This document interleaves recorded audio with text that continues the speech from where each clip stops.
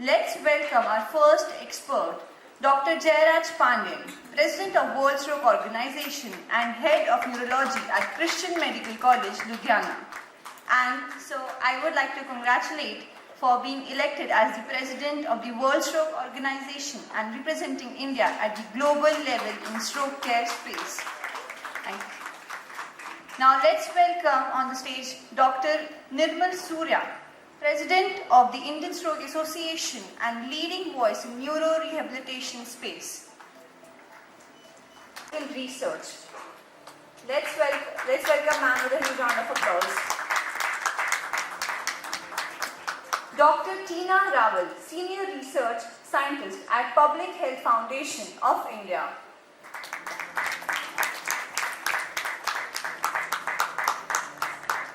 Now, I would like to invite our moderator and lead for the session, none other than Dr. Arvind Sharma, Secretary, Indian Stroke Association, Board of Director, World Stroke Organization, Executive Member at Indian Academy of Neurology, Director, Brain Care as a comprehensive stroke care.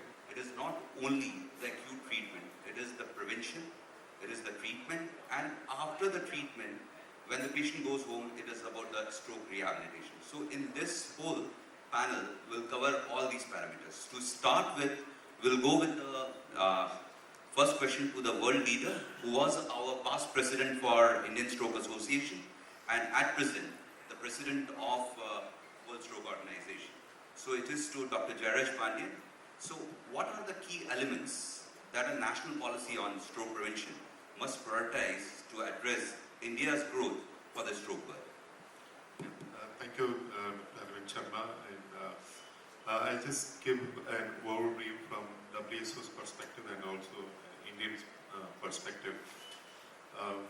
We divide stroke prevention into primordial, primary, and secondary. Primordial is before the occurrence of risk factors. How can we achieve that? That is probably the younger population, and there are many things that we can do. Particularly good maternal health and anemia, treating anemia, preventing anemia, and childbirth.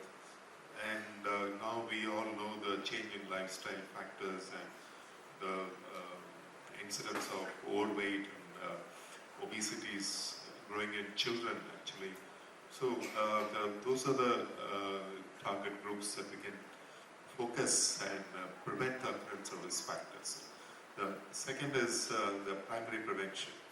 So that is where we need to do a lot of screening and identify high-risk people, or medium risk or low-risk people, and start appropriate treatment. And secondary prevention is after an event has occurred, whether it's a cardiovascular or a stroke or TIA, and then you initiate treatment to prevent further attacks.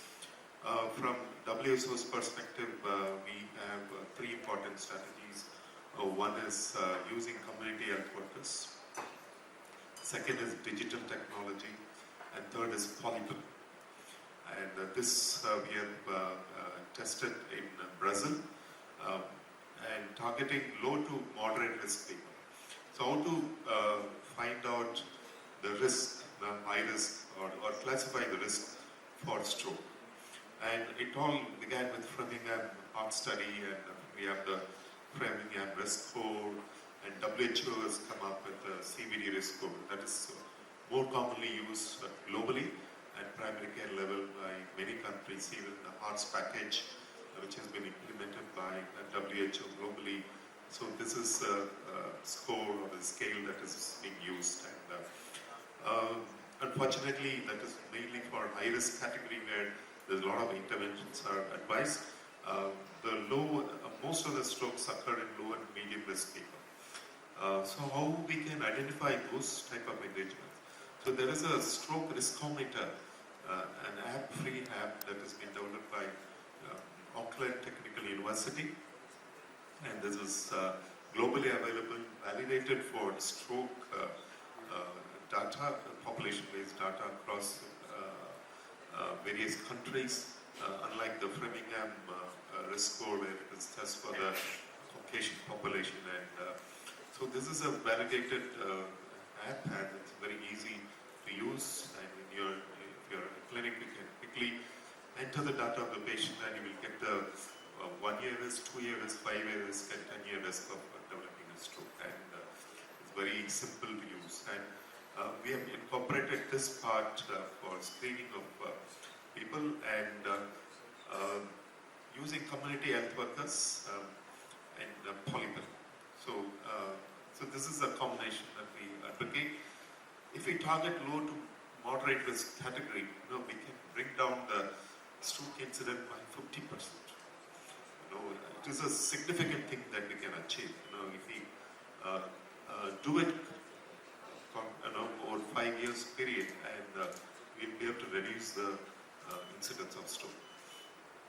And in India, we have national programs, NPNCDs in place, and the India Hypertension Control Initiative, which has got the UN Global Award for the program. And nowhere in the world we have such a program like this, where from 5 million people that they screen and 5 lakhs, and then they were able to achieve a good control of blood pressure in the population. Started with as a pilot program in few districts, and now it is scaled up and is integrated as part of the NPHCD, and diabetes has been added. As I mentioned in my earlier address, that 75 million is the target for India by 2025 to screen patients with hypertension, diabetes, and put them on treatment. And so that is a great initiative, and that looks at I would say comprehensive perspective of preventing heart attacks, strokes, and also CKD, other NCDs. And so that is one important program that we can work with, and I think there is still more scope for improvement of the program. Number one, incorporating digital technology. Yes, they have a very good app, and the ASHAs are able to look at the dashboard how many patients with hypertension they have to screen for that day, and documentation is very good. And what we need to strengthen there is capturing events. Okay, we are screening patients, we are putting them on algorithm-based treatment, but what is happening? What is the outcome? Now, yes, we need to have, we need to achieve the blood pressure control or blood sugar control, but does it really translate to prevention of vascular events? So that is one gap that we need to address with the IHCI. And definitely, people will be looking at it, and in that way, if we integrate that, then we will know better than firming up data. We will have, data to show to the entire world. This is a program which can be scaled up in LMICs, and not only in LMICs but also in other developed countries. And so this is my perspective about prevention, and we need to look at the context of the healthcare system of that particular state. Of course, national program is there, but the healthcare system may be different in different states. We need to have some flexibility in contextualizing this program to those states. Thank you. No, absolutely. It's a round of applause can be very clearly. It's a very good point which Dr. Jairaj has mentioned about the prevention, which I want to make a comment on that what he emphasized. When he was the president of Indian Stroke Association, it was the time of COVID, we all remember. And the way he talked about the hypertension, that hypertension initiative was taken, and we tried to connect across India 2,000 nurses for that, to create awareness, to know about what is your blood pressure. So that initiative, still we know that hypertension, if you say 5 times, that is the first cause for any stroke. So if in this group of audience, many will be there who don't know their blood pressure, right? They are 18, they are 25, they think they will not have the blood pressure. That initiative as a primary prevention is a great initiative, and I think we should carry forward. And another point which he made, that central policies and the state are sometimes different, and we found it difficult from Indian Stroke Association also to get those initiatives at the national level, because different states had different. So we have to change our gears when we're discussing with different states. So we move on to our President of Indian Stroke Association, to Dr. Nilma Surya, and he started his presidency from March, and I think I missed the inaugural address because of my flight got delayed. He definitely may have spoken about the Mission Brain Attack, I know, because it's the way we are progressing, it's really going good. So what I'm going to ask Dr. Nirmal Surya is, how can a public-private partnership strengthen stroke prevention programs and improve the access across in India? And if you can quote some examples, it will be great. Right. I think what you have put forward is need of hour. The government and the public-private partnership, they can work together to come out with various sort of program. And there are a lot of programs which are running at the moment. You only started a recent program of thrombectomy in Punjab with the government.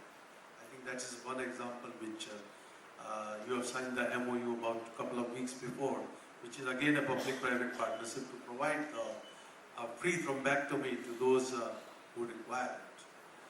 We have similar program running in Maharashtra, where through the public-private partnership, we got the 5 stroke ambulances.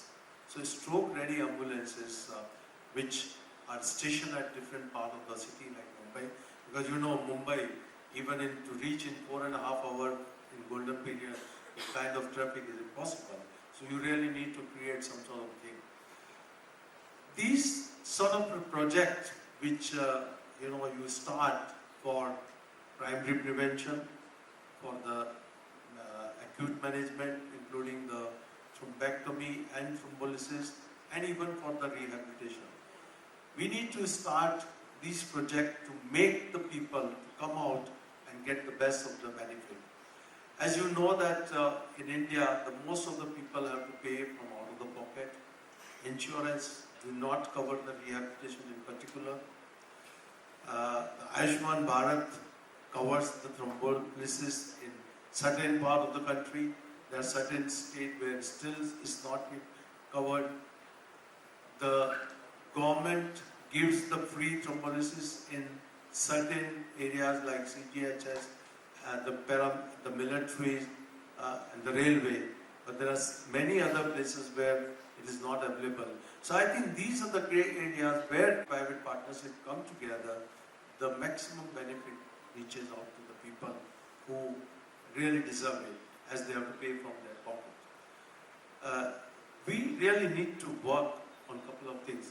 I strongly feel that stroke going into the NCD is not a good thing. I think we need to have, stroke is such a common problem, and we need to have a separate national program only for the stroke or the brain attack. I think this is a platform where we should raise the voice, because when it comes to the non-communicable diseases, I know that hypertension and diabetes are risk factor, but they are not the only cause of stroke. There are so many other causes like atrial fibrillation, which is very, very common in non-hypertensive and non-diabetic people. So I think time has come when we, as a neurologist, we as a stroke specialist, should raise that stroke should be out from the NCD. I think there has to be a national program for the stroke, because in India, stroke is happening in young people. And the young people getting a stroke at 30 and 40 years, his whole life of 30 or 40 years is dependent on others. So I think unless you only specifically come out with a program where you can deal with all the things together, because so many new things are happening. When you clubbed it, that time there was not, thrombolysis was just started. Thrombectomy was not even there.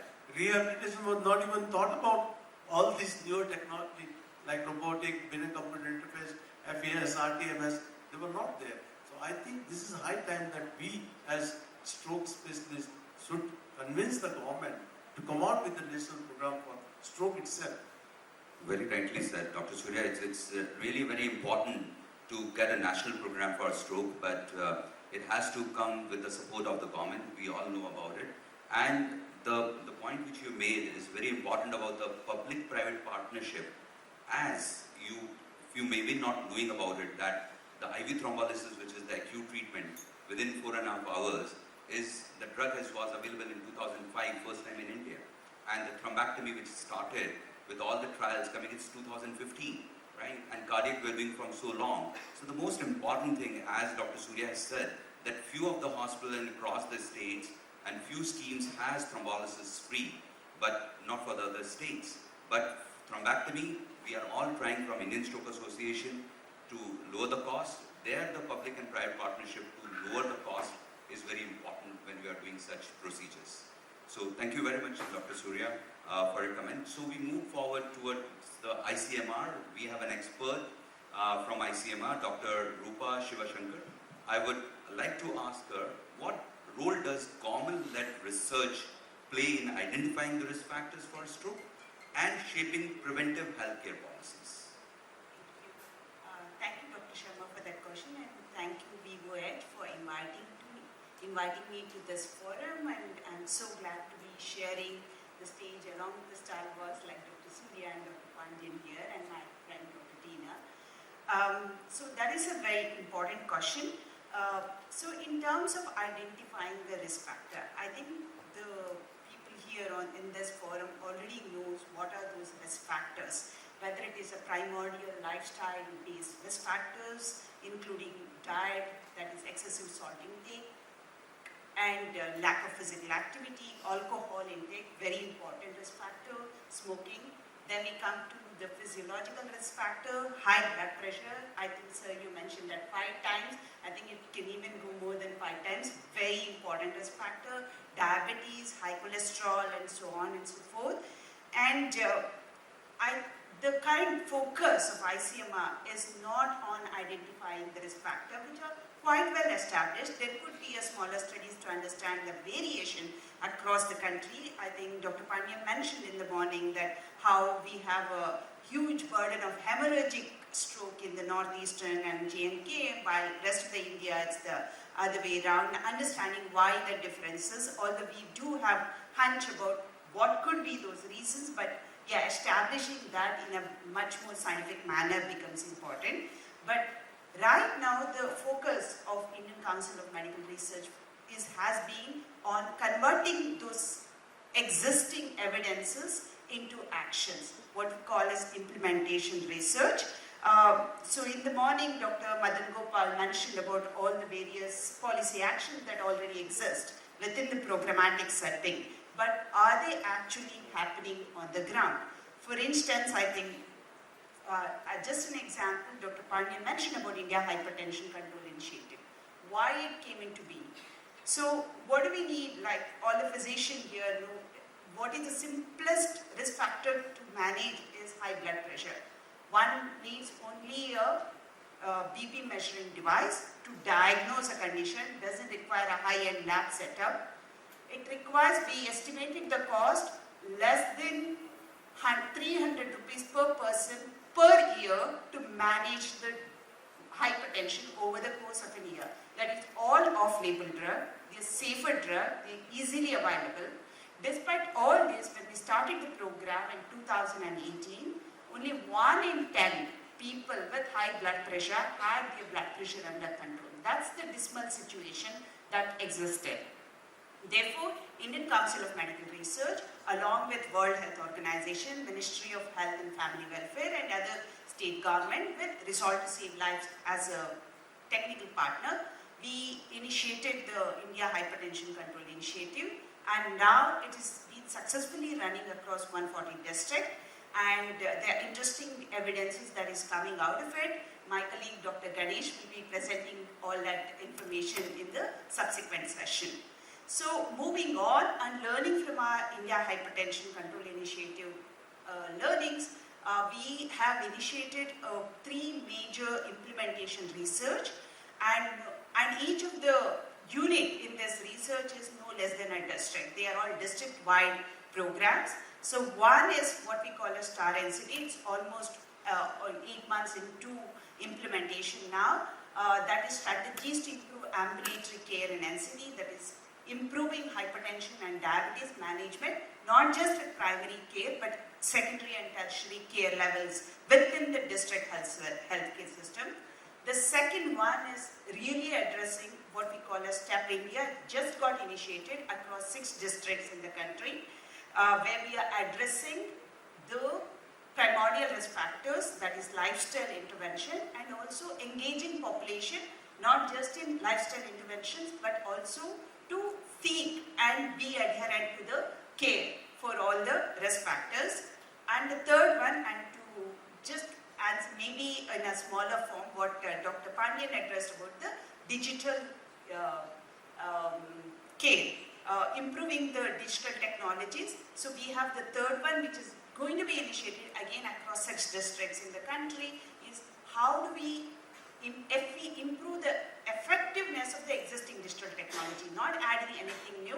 There are already existing voluminous number of digital apps to improve NCD care. How do we ensure every ASHA worker and how every CHOs and every medical officer actually use these apps to provide us the data and monitoring indicator to implement the program better. So I'll just end it here. Thank you. Thank you very much. Before I go further with the second round to start and I go to Dr. Tina, I just apologize that Dr. Nirmal Surya has a flight at 1:30, I think, so I'll just take a question to him and we can pardon him from this session. So, Dr. Surya, you at present are, I think, the world leader for the stroke rehabilitation. So, and stroke, if you see as a comprehensive part, the rehabilitation is a very important part whenever somebody suffered stroke. It's not like cardiac, you do a magic and patient goes home. It is about the 3 months activity of daily living of that patient is very important. So stroke rehabilitation is critical and often overlooked component of the acute care. You always mention in your first slide, I'm the last, but this is most important. What steps can be taken to standardize and integrate rehabilitation into stroke care protocol nationally? Well, there are a couple of challenges when we talk of stroke rehabilitation. And I give an example. I interviewed 200 neurologists, sent them a Google form, and asked them about the neuro rehab services. And these all have a stroke unit. Only 39% people have a rehab setup with a stroke unit. That means we really are not doing enough. Out of these 39, only 19% had multidisciplinary team. That means 20% only had a physiotherapist.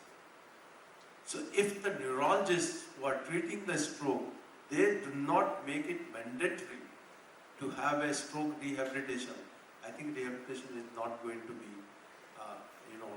primary importance to them. So they have to understand and sensitize that rehab is their responsibility. The patient should not be discharged from the hospital in 5 days because you have done the thrombolysis, or in 7 days. Still patient is in the bed ridden. Because if a patient goes home, if he is not been mobilized with the help of one person, is going to come back to your hospital in next 2 months' time with some of the complications. And therefore, to prevent those complications, one has to understand the rehab. I think that is first thing. Second thing is, we need to start training the family member. So the family-based rehabilitation, which I have been talking for last 20 years, right from the day one, involve the family member while the patient has got an acute care. So what you do, you ask the family member, he's starting a fellowship in rehab. And to all of you, but I have to leave to Varanasi for another meeting. I would have wished to be here and listen to all of you, but I'm extremely sorry. I have to take a leave as 12:20 is the boarding. So thank you very much. Thank you. Thank you, Dr. Surya, for coming. Thank you so very much. And thank you. Have a safe flight. So what Dr. Surya has said is very important. That is the quality of rehab. Because we have seen, as a neurologist, a lot of people coming to us with the shoulder dislocation and the hip dislocation when the rehab is not done in a proper way. So the standard procedure which is talked about, the accreditation, as we are doing about the stroke accreditation for advanced and the primary stroke centers. Dr. Surya is very much inclined for the accreditation of the rehabilitation centers across India. And I will talk about the urban and the rural part. You know, Prime Minister Modi has said everything should be there. Kasrat karni chahiye, gaon mein kasrat honi chahiye. Let us move to our next esteemed expert, Dr. Tina Rawal from Public Health Foundation of India, where we will talk more about the rural thing, right? How can the public health campaign, like the rehabilitation, be designed to increase awareness about stroke prevention, especially in the rural and the unserved areas? Thank you so much for asking this question, being I think part of this public health campaigns. First of all, thank you so much for the organizers for inviting and sharing our perspective from the public health lens and sharing this platform with such eminent dignitaries. Designing this public health campaigns, especially for stroke prevention, especially in the underserved area, needs inclusive approach and tailored to address the local needs, their contextual relevance and the barriers which is most prevalent in the underserved areas. So some of the experiences what we had, I think, while serving these public health campaigns in some of the underserved areas, we have learned, I think leveraging community-based channels is very, very important, where we can have them involved as a part of this public health campaigns involving religious leaders, then the local influencers in this age of social media, and strengthening the capacity of the community health workers, which we have been hearing since morning. Then creating this ecosystem, I think it's very, very important. But at the same time, I think channelizing the information through local media, simple in their dialects, which is very, very important for this population, because these community leaders are a source of trust for most of the population. The schools and community centers plays a very, very important role, especially for the outreach, for creating health fairs, where we can have the screening centers and involve them in the process. I think Dr. Surya just mentioned about the involving families. So meaningful involvement of people with lived conditions and youth have shown impactful on this health campaigns what we have been implementing, where it's not only the patients but the caregivers have been involved and raising their voices that what needs to be there in the policy aspects or the programs which can be improved the health outcomes of these conditions. Moving on to the digital health, what we have been hearing, I think with such an limited internet access, I think integrating basic digital solutions like telehealth, M-Health, which can be focusing around the risk factors around diabetes prevention management, high blood pressure, tobacco, physical inactivity, or improper or poor dietary habits. I think some of the learnings what we have learned from the tobacco control program, where we have seen so many, I think, advertisements before the movie halls. So those are the smaller, I think, campaigns which have created so much of impact that there is a harm of taking or using tobacco in eyes of well. But at the same time, I think building the capacity of primary care physicians and the primary care health centers, which is there, and the easy and accessible and affordable health in these areas. Maybe in terms of the 4 A's, what we have mentioned and heard in the morning session, the affordability and accessibility of these healthcare centers, which is very, very primary, I think, requirement for this underserved area. It's not only the implementation, but I think monitoring and evaluation of this public health campaign is a mandate, whether what we are conveying is being absorbed by the community members or is there any positive impact. So as Dr. Rupa mentioned, I think it is very, very important to see the impact of these public health campaigns. So just to share some of the, I think, experience from our public health campaigns. Thank you. Thank you, Dr. Tina. Thank you very much. These outrageous ideas, right? Like we are talking about hypertension. Why don't keep a form which any aspirant filling for 12 to write his blood pressure in his form, right? Why not? You know the blood pressure of so many students. For 25 lakhs writing NEET, we heard so much. Some lakhs are writing that much. You know that they will know about it. When they will see that, they will ask, when they ask the family income of their father, what is the occupation of father, they should know what is their blood pressure, right? That is one. And then where it is very important. Now moving as further with the global perspective, we move to our global leader, and we are really proud of him, to Dr. Jairaj Pandyan. As a global leader in stroke care, what innovative approaches can India adopt to create and maintain a comprehensive stroke data registry? Thank you very much. I think the first part, I'll just cover how the stroke registry has evolved in India. I remember the first prospective data was from Indian Stroke Association. Professor Jim Das and some senior people had created a 5-center data, and that was probably a proper prospective data that we had from the country. And then we had epidemiology work, population-based surveys. Dr. Gauri Devi from in Bangalore, then Kolkata, then we had in Mumbai, Dr. Dalal, and then in Trivandrum. Doing a population-based survey is very expensive, and WHO came up with this STEPS approach, and this was pilot tested globally under the leadership of Ruth Bonita, who was from New Zealand. She was at WHO headquarters that time. India was one of the countries that was involved in that global WHO STEPS survey. And based on that, the WHO recommended that if you want to get into population-based data, use this approach, which is compared to doing a door-to-door survey, it's cheaper. And then in 2008, in ICMR, we had a brainstorming among neurologists. ICMR had called for a meeting. What are the research priorities for stroke in India? And we all came with a consensus that we need to have population-based incidence studies. And whatever data we had was about 15 years old, and nothing was available from 2010 onwards, from 27 onwards. And, so we decided to do a population-based registry.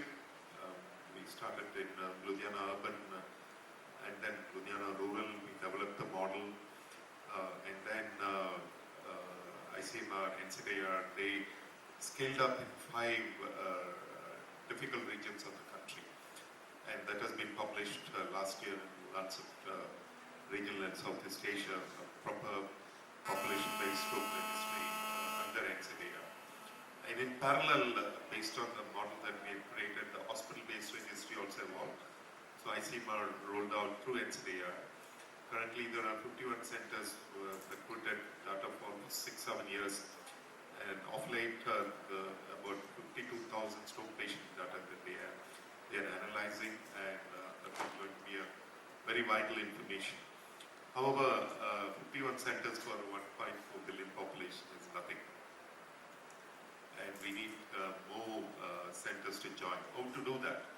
Because ICMR won't be able to fund every center. Let's say there are 580 stroke units in our country. All the centers have to participate. And ICMR has to put in funding for that. So that is not feasible.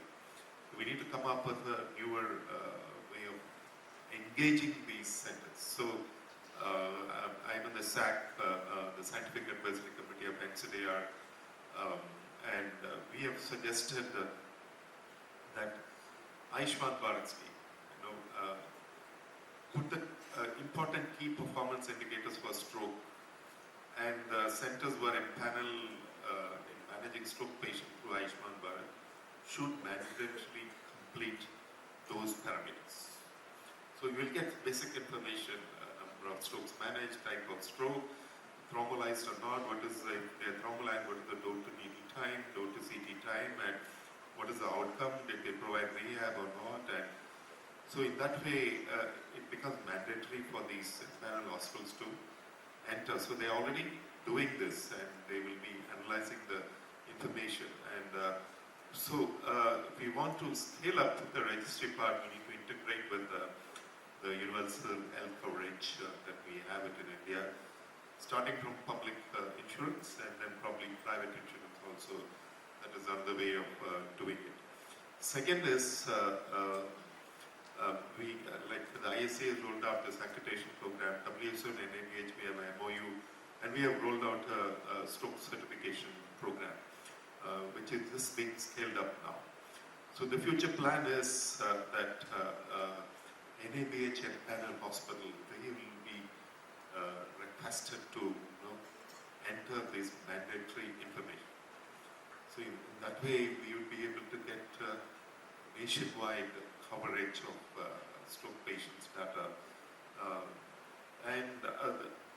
Besides this, we have a global registry called Rescue, that is endorsed by World Stroke Organization, European Stroke Organization. There are about, I think, close to 150 countries who are entering data.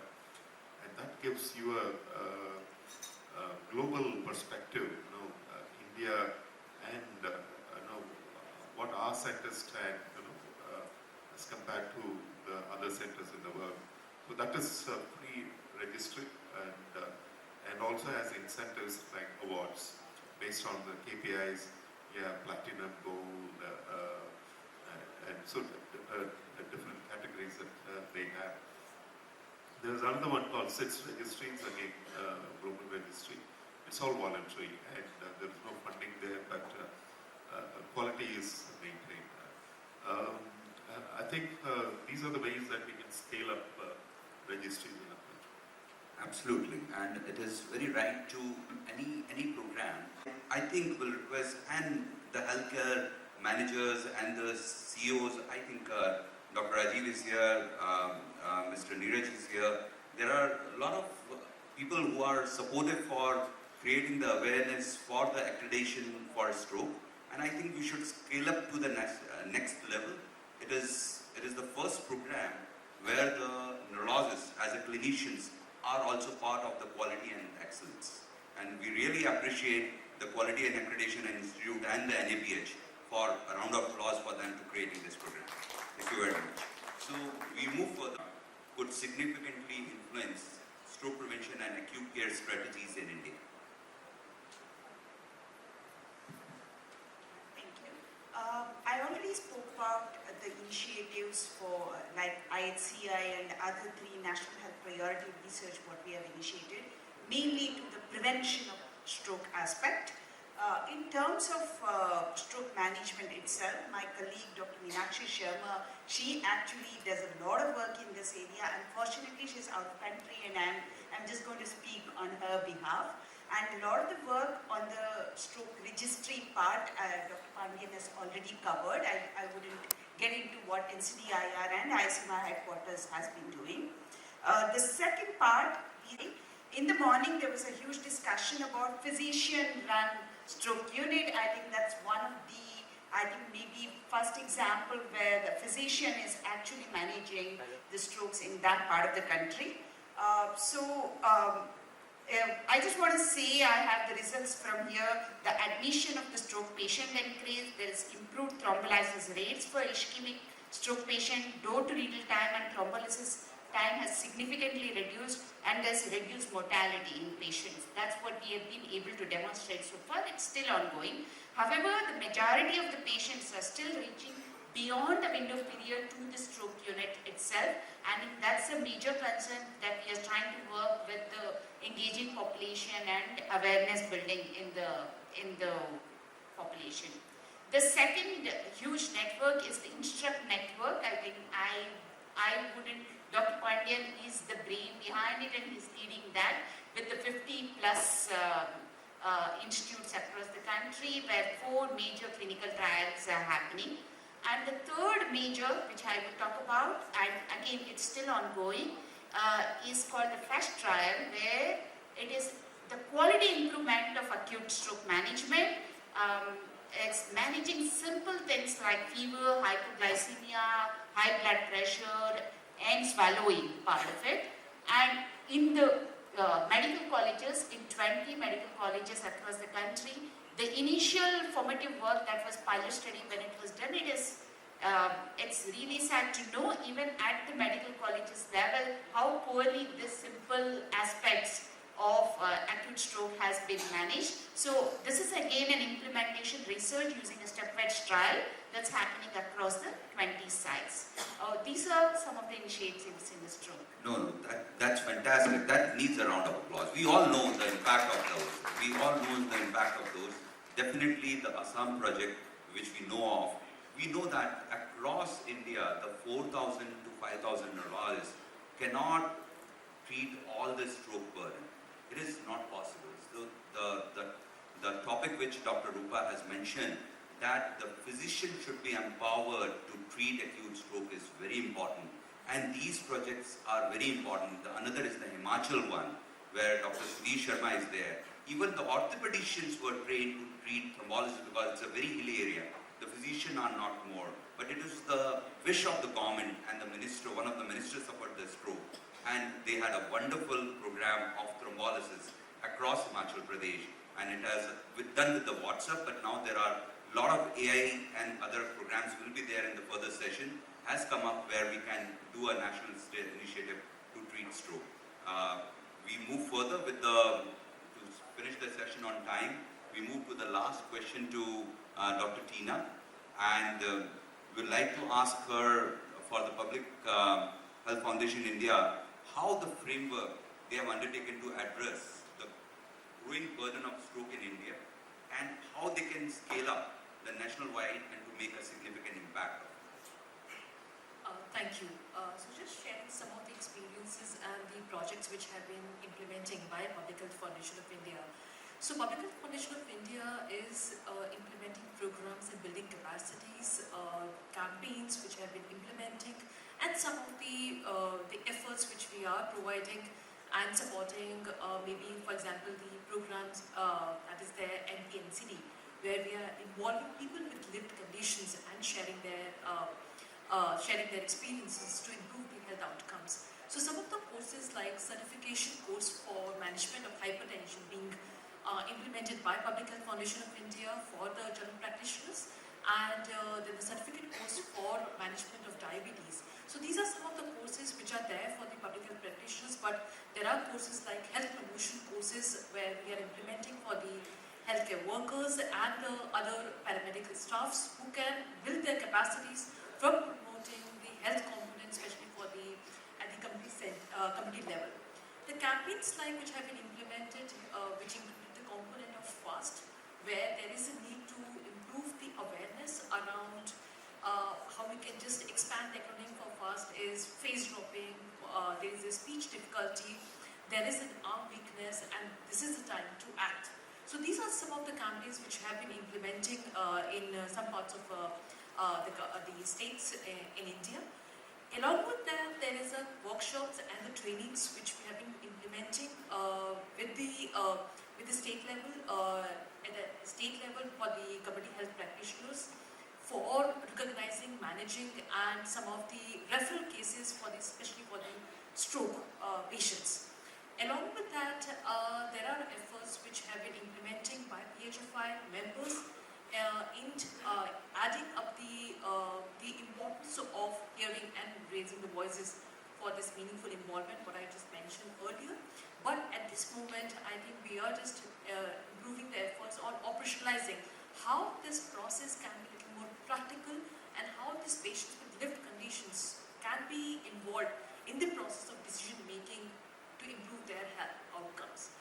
In terms of the scaling up, I think maybe some of the projects which we have evaluated earlier, looking at diabetes, maybe involving healthcare workers, how their skills can be involved and improved to for this management and recognizing the conditions. So these efforts can be scaled up in the other states of the India, and plus how we can scale up the current projects which we are implementing already in 21 states, like the certification programs for management of hypertension and diabetes, maybe some other states of India.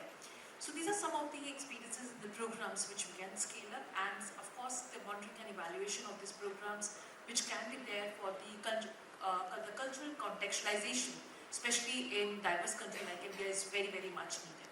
Thank you. So, thank you very much. So, listening to all the panelists, what an understanding we have for this policy framework of stroke prevention and acute care, what I feel is that a national and a state level divide has to be bridged with a comprehensive network and have an understanding, what I have felt with all the panelists have said. And the public and private divide has to be bridged. The cost is important, and the family-based treatment, like for the rehabilitation, which was the very important point, and the initiative can be taken care of. And as the research project like treating the hypertension and preventing to know about the hypertension, those are the things, areas which are very important. And the most important in this whole program is about the rural and the urban divide of the treatment. To take the treatment to the rural area, you need stroke support groups, you need physicians to treat them, and how we can empower with them. That was the discussion by which we can add more and more primary stroke centers where the advanced stroke centers support them in the form of the treatment, prevention, and even the rehabilitation. So a lot of lacunas and gaps are there. I think there is a lot of support which is discussed here can be go further. Some policies can be taken from the WSO, right? I will here thank our esteemed panelists for giving an insight to all the audience here. I thank Dr. Rupa and Dr. Jairaj, Dr. Tina, and Dr. Surya for here. And we just close the session here. Thank you very much to everyone. Session, a thought-provoking session.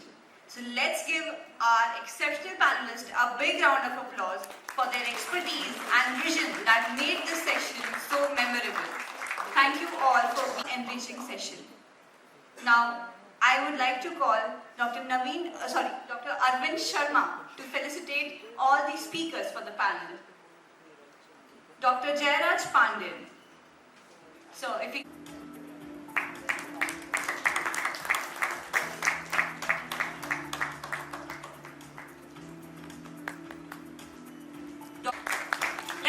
Let's not stop clapping.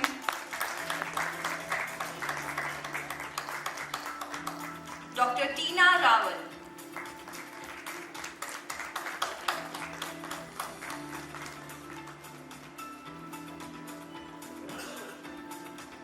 Next, I would like to invite Dr. Naveen Nishal to please felicitate Dr. Sharma for his role as the moderator. So, can you please have him on stage? Thank you, Dr. Sharma, for your amazing moderation.